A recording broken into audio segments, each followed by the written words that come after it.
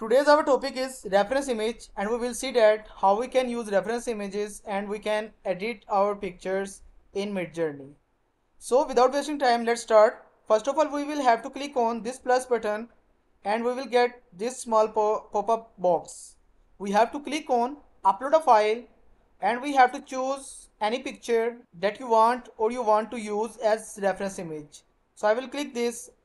So after choosing the picture, you have to click or hit enter and your picture will be uploaded here. So here is your picture. So you have to click on it. After clicking on it, right click, copy image address or copy link, both are same. So we have to click on it and our link will be copied. So come here, type slash and click on imagine prompt, and here we will paste our link of this picture. So with the help of Ctrl V, I will paste my link here, comma, space. Now I will write my prompt here.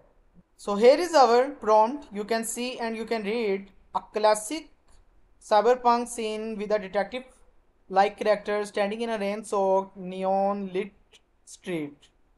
So after writing the prompt, we have to just click or hit enter and we will see that what Midjourney will provide us.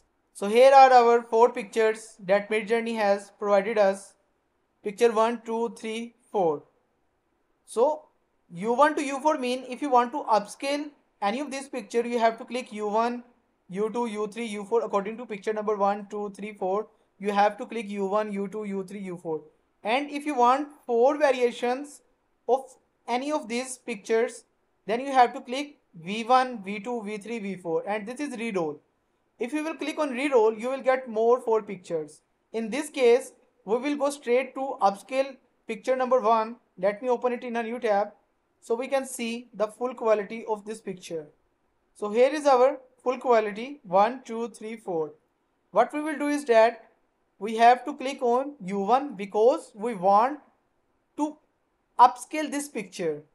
So for this reason we have to click U1 and we will get this result.